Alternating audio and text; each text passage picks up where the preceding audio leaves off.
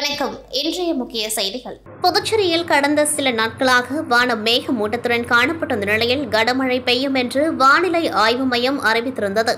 அந்த நிலையில் கடந்த சில நாட்களாக கடுமையான அனல் காற்றுடன் வெயில் வீசி வந்தது. இந்நிலையில் மாலையில் வானம் மேகமூட்டமாக காணப்பட்ட நிலையில் திடீரென இடி மின்னலுடன் கனமழை பெய்தது. நகர பகுதிகளான உப்பளம், முதலியார்பேட்டை, முத்தியால்பேட்டை, கடற்கரை சாலை, புதிய பேருந்து நிலையம், விமான நிலையம் உள்ளிட்ட பல்வேறு பகுதிகளில் தொடர்ந்து அதிக கனமழை பெய்தது. இரவு முழுவதும் விட்டு பெய்த கனமழையால் சாலையில் மழைநீர் பெருக்கெடுத்து ஓடியது. பொதுமக்களும் வாகன ஓட்டிகளும் கடுமையான சிரமத்திற்கு ஆளாகினார்கள். மேலும் தாழ்வான பகுதிகளில் உள்ள கடைகள் மற்றும் வீடுகளுக்குள் மழைநீர் புகுந்ததால் பொதுமக்கள் சிரமத்திற்கு ஆளாகினார்கள். கடந்த 3 தினங்களாக நகர பகுதியில் கடுமையான வெயில் வாட்டியிருந்த நிலையில் கிராமப்புறங்களில் ஆங்காங்கே தொடர்ந்து அதி கனமழை பெய்து வருவதால் புதுச்சேரி மக்கள் கடுமையான சிரமத்திற்கு ஆளாகியுள்ளனர். Orbiton foundation for research and action சார்பில் ஆர்பிட்டான் கேம்ஸ் 2025 உலகின் முதல் கூட்டு நுண்ணறிவு திருவிழா புதுச்சேரி இந்திரா காந்தி விளையாட்டரங்கில் நடைபெற்றது.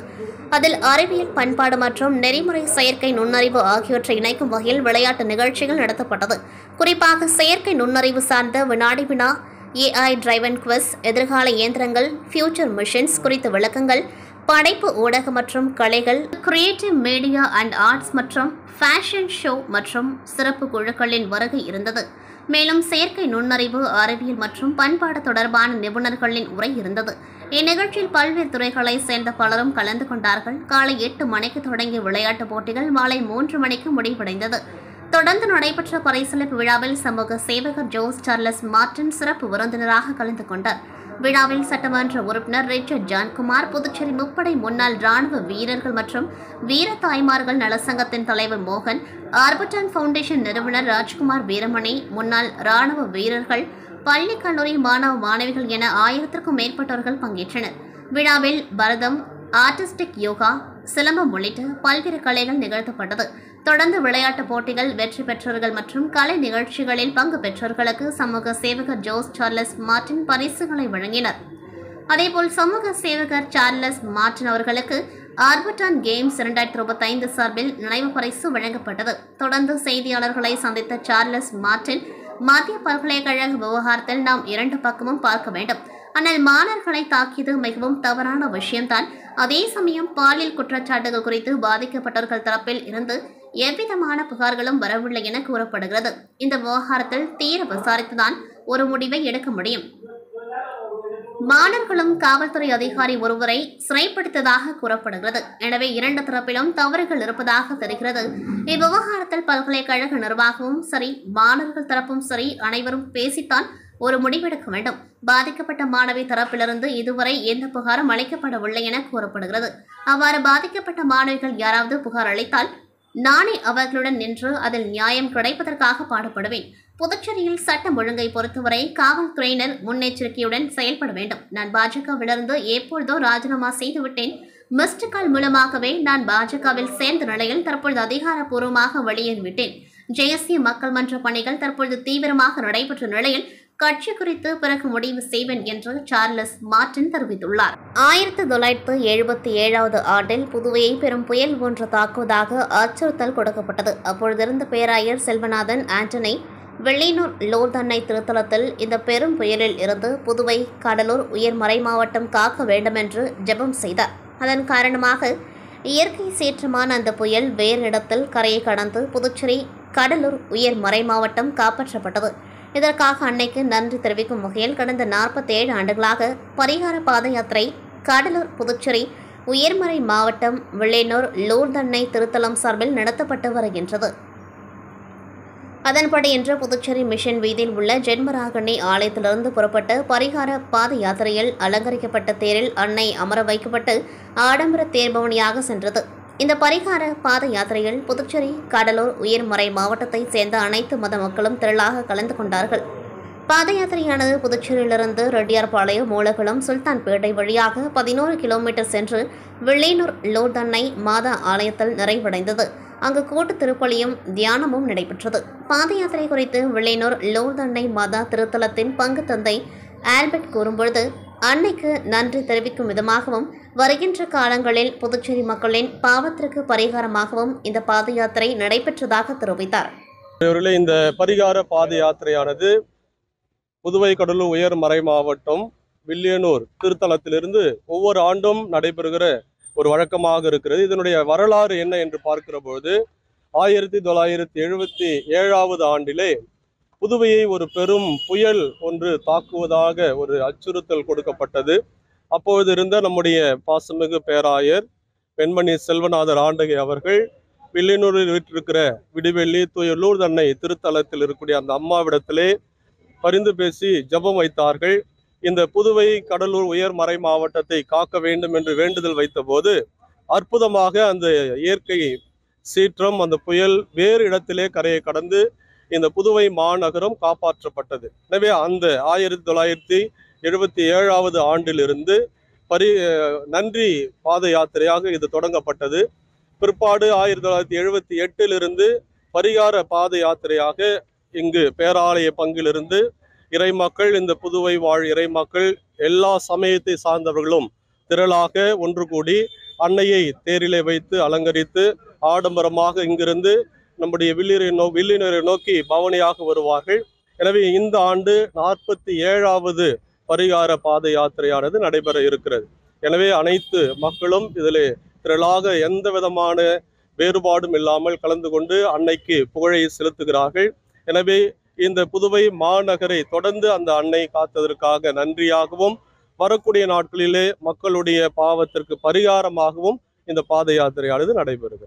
பாண்டிச்சேரி ஷைன், ஈவ், விஷன் மற்றும் ஆகரம் ரோட்டரி கிளப்புகள் இணைந்து நடத்திய மகளிர் சக்தி வள திட்டமான ப்ராஜெக்ட் சார்லஸ் பெரும் வெற்றியுடன் நடைபெற்றது. இந்திய திட்டத்தின் ஒரு பகுதியாக சார்லஸ் மார்டின் அவர்கள் 300 தையல் இயந்திரங்களை பொருளாதாரத்தில் பின்தங்கிய பெண்கள் மற்றும் தனித்தாய் மகளிருக்கு நன்கொடையாக வழங்கினர். திட்ட ஒருங்கிணைப்பாளராக கவிதா கோபாலகிருஷ்ணன் அவர்கள் செயல்பட்டார். இந்த ரூபாய் 25 லட்சம் மதிப்புடைய மாபெரும் சமூக சேவை திட்டம் பெண்களின் வாழ்வாதார முன்னேற்றத்திற்கு பெரும் ஆதாரமாக அமைந்தது.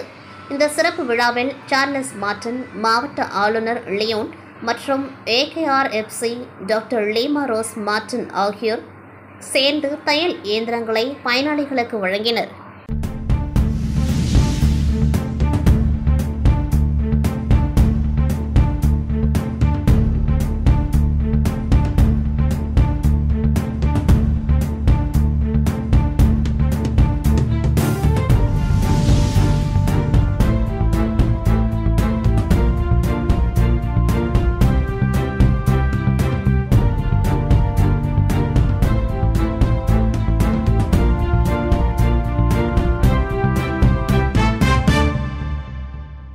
புதுச்சேரி மாநிலம் வில்லியனூர் கொம்யூன் ஓசூடு சட்டமன்ற தொகுதிக்குட்பட்ட கூடப்பாக்கம் கிராம நுழைவாயிலிருந்து மந்தை விளை திடல் வரை சிமெண்ட் கான்கிரீட் சாலை புதுப்பித்தல் மற்றும் தேவையான இடங்களில் யூ வடிவ வாய்க்கால் புனரமைப்பு பணிக்கு புதுச்சேரி பொதுப்பணித்துறை மூலம் ரூபாய் 67.33 லட்சம் செலவில் பூமி பூஜை விழா நடைபெற்றது.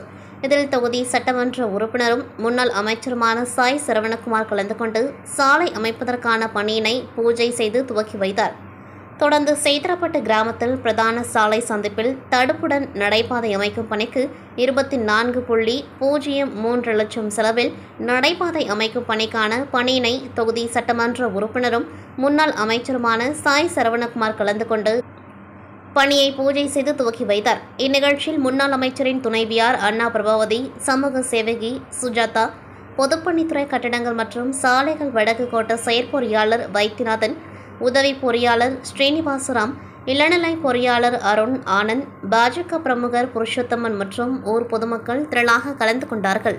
புதுச்சேரியில் இருந்து வில்லியனூர் பேராலயத்திற்கு பாத யாத்திரை சென்ற பக்தர்களுக்கு பாஜக மாநில துணைத் தலைவர் உழவர்கரை சரவணன் சிற்றுண்டிகள் வழங்கி வழி அனுப்பி வைத்தார். புதுச்சேரி வில்லியனூரில் அமைந்துள்ள தூய லூர்து அன்னை திருத்தலத்தின் 47வது பரிகார பாத யாத்திரையை முன்னிட்டு உழவர்கரை தொகுதியில் பல்வேறு இடங்களில் பாஜக மாநில துணைத் தலைவரும் சமூக சேவகருமான சரவணன் தலைமையில் சிற்றுண்டிகள் வழங்கப்பட்டது. இதில் ஆயிரக்கணக்கான பக்தர்கள் நடைப்பயணத்தில் சென்றவர்கள் வாங்கிக் கொண்டு சென்றனர். மேலும் இதில் பாஜக மாநில நிர்வாகிகள், தொகுதி நிர்வாகிகள், சரவணன் ஆதரவாளர்கள் உட்பட ஏராளமானோர் கலந்து கொண்டார்கள். புதுச்சேரி வில்லையனூரில் அமைந்துள்ள தூய லோர்ட் அன்னை திருத்தலம் 47வது பரிகார பாத யாத்திரையினை முன்னிட்டு நமது உழவர்கரை தொகுதி என்ஆர் காங்கிரஸ் பிரமுகர் மக்கள் சேவகர் டாக்டர் கே நாராயணசாமி அவர்கள் உழவர்கரை தொகுதிக்குட்பட்ட கம்பன் நகர் பேருந்து நிறுத்தம், உழவர்கரை மூலகுளம் சர்ச் எதிரில் மூலகுளம் ரெனால்ட் ஷோரூம் அருகில் மற்றும் அறம்பார்த்தபுரம் பேருந்து நிறுத்தம் ஆகிய பகுதிகளில் பாத யாத்திரை செல்லும் 2000 பக்தர்களுக்கு பிஸ்கட், மோர், குளிர்பானம் மற்றும் தண்ணீர் பாட்டில்களை தனது சொந்த செலவில் வழங்கினார். மேலும் பாத யாத்திரை முடிந்து வீடு திரும்பும் பக்தர்களுக்கு இலவச பேருந்து வசதியும் டாக்டர் கே நாராயணசாமி அவர்கள் ஏற்பாடு செய்து கொடுத்தார். இந்நிகழ்வில் என்ஆர் காங்கிரஸ் கட்சி நிர்வாகிகள் மற்றும் தொண்டர்கள் திரளாக கலந்து கொண்டார்கள். அரியங்குப்பம் தொகுதிக்குட்பட்ட சுப்பையா நகர் பகுதியில் அமைந்துள்ள பார்த்தசாரதை பெருமாள் கோவிலில் புரட்டாசி மாத 4ஆம் சனிக்கிழமை சிறப்பு வழிபாடு நடைபெற்றது. அதில் அதிமுக மாநில பொருளாளர் ரவி பாண்டரங்கன் சிறப்பு அழைப்பாளராக கலந்து கொண்டு சுவாமி தரிசனம் செய்தார். தொடர்ந்து பக்தர்களுக்கு அன்னதானம் வழங்குவதை துவக்கி வைத்தார். மேலும் சிறப்பு வழிபாடு பூஜையில் கலந்து கொண்ட 500க்கும் மேற்பட்ட பெண்களுக்கு புடவை வழங்கி சிறப்பித்தார். இந்நிகழ்ச்சிக்கான ஏற்பாட்டினை கிழக்கு வார்டு கழக செயலாளர் ஜெயக்குமார் மற்றும் கோவில் நிர்வாகிகள் செய்திருந்தனர். இதில் அதிமுக தொகுதி கழக செயலாளர் ராஜா, மாநில துணை செயலாளர் PL கணேசன், தொகுதி துணை செயலாளர் சிவா, அம்மா பேரவை துணை செயலாளர் ஜீவா, RK நகர் வார்டு செயலாளர் பாலு, தொகுதி எம்ஜிஆர் மன்ற செயலாளர் சரவணன், வார்டு துணை செயலாளர் அன்பு மற்றும் கழக நிர்வாகி காத்தவராயன், பொதுமக்கள் பலர் கலந்து கொண்டார்கள். சர்வதேச பெண் குழந்தைகள் தினத்தை முன்னிட்டு புதுச்சேரி தன்னம்பிக்கை பொம்மலாட்ட கலைக்குழு சார்பில் ரிக்ஷா வண்டி பேரணி நடைபெற்றது. இந்நிகழ்வில் புதுவையில் உள்ள சமூக அமைப்புகள் மற்றும் குழந்தைகள் பலரும் கலந்து கொண்டார்கள். இந்நிகழ்வின் முக்கிய நோக்கமாக குரல் கொடுப்போம், பாலியல் வன்கொடுமைகளுக்கு எதிராக குரல் கொடுப்போம், காத்திடுவோம், பெண் குழந்தைகளை காத்திடுவோம் என்ற விழிப்புணர்வு பேரணியை தன்னம்பிக்கை பொம்மலாட்ட கலைக்குழு நிறுவனர் எலிசபெத் ராணி பொம்மை உடை அணிந்து நிகழ்வினை துவக்கி வைத்தார். இந்நிகழ்ச்சியில் தனலட்சுமி, துரை ஆறுமுகம், ஐயா அறக்கட்டளை, பாஸ்கர், ஆறு, பிரேமா, பரமசிவம், தேவி, பிரேமா என பல்வேறு சமூக பணியாளர்கள் இணைந்து இந்த பேரணியில் பங்கு பெற்று விழிப்புணர்வை ஏற்படுத்தினார்கள். பேரணி கடற்கரை சாலை, காந்தி சிலை அருகில் ஆரம்பித்து அண்ணா சாலை, கம்பன் கலையரங்கம் அருகில் நிறைவு பெற்றது. இந்நிகழ்ச்சிக்கான ஏற்பாடுகளை தன்னம்பிக்கை பொம்மலாட்ட கலைக்குழு எலிசபெத் ராணி செய்திருந்தார். புதுச்சேரி கொம்பாக்கம் அடுத்த தமிழக பகுதியான சந்தைக்குப்பம் கிராமத்தில் உள்ள புனித குழந்தை இயேசுவின் தெரேசால் ஆலய ஆண்டு பெருவிழா நேற்று முன்தினம் கொடியேற்றத்துடன் துவங்கியது. இதில் ஆலய பங்கு தந்தை அருள் பிரகாசம் தலைமையில் நடைபெறும் விழாவில் திண்டிவனம் புனித வியாகுல அன்னை ஆலய பங்கு தந்தை மைக்கேல் ஜான் சிறப்பு அழைப்பாளராக கலந்து கொண்டு சிறப்பு திருப்பலி செய்து ஆடம்பர தேர் பவனி துவக்கி வைத்தார். இதில் ஏராளமான கிறிஸ்தவ பங்கு மக்கள் கலந்து கொண்டு கர்த்தரை ஜெபம் செய்து வழிபட்டனர். மேலும் இந்நிகழ்ச்சியில் சிறப்பு விருந்தினராக அலெக்சாண்டர், குபேர், துரை ஆகியோர் விழாவில் கலந்து கொண்டு சிறப்பித்தனர். இவ்விழாவிற்கான ஏற்பாடுகளை ஆலய திருப்பணி தலைவர் பிரான்சிஸ், செயலாளர் ஆரோக்கியசாமி, பொருளாளர் ஜான் மற்றும் நிர்வாகிகள் குமார், பாக்கியதாஸ் ஆகியோர் சிறப்பாக செய்திருந்தனர். திருபுவனை சட்டமன்ற தொகுதிக்குட்பட்ட சன்னியாசிக்குப்பம் கிராமத்தில் முன்னாள் சட்டமன்ற உறுப்பினர் கோபிகா பிறந்தநாள் நிகழ்ச்சி என்ஆர் காங்கிரஸ் கட்சி நிர்வாகிகள் சுப்பிரமணிய கவுண்டர், சிவக்கொழுந்து ஆகியோர் தலைமையில் சன்னியாசிக்குப்பம் இந்திரா நகர் பகுதியில் உள்ள பாலமுருகன் ஆலயத்தில் நடைபெற்றது. இதில் சிறப்பு விருந்தினராக கலந்து கொண்ட முன்னாள் சட்டமன்ற உறுப்பினர் கோபிகா இவ்வாலயத்தில் நடைபெற்ற சிறப்பு பூஜையில் கலந்து கொண்டு சுவாமி தரிசனம் செய்து பொதுமக்களுக்கு இனிப்புகள் வழங்கி கொண்டாடினார். தொடர்ந்து இப்பகுதியில் உள்ள 100க்கும் மேற்பட்ட பெண்களுக்கு மளிகை பொருட்கள் அடங்கிய தொகுப்பினை வழங்கினர். மேலும் இந்த நிகழ்ச்சியில் கட்சி நிர்வாகிகள் சம்பத், செல்வம், ரமேஷ், வாசுதேவன், சதீஷ், சந்தோஷ், ஆனந்த், ஜெகதீஸ்வரர், ராமு, அன்பரசன், வேலு, கோகுல கிருஷ்ணன், குரு, சிவகுமார், பூபாலன் உள்ளிட்ட நிர்வாகிகள் பலர் இந்நிகழ்ச்சியில் கலந்து கொண்டு வாழ்த்து தெரிவித்து சிறப்பித்தனர்.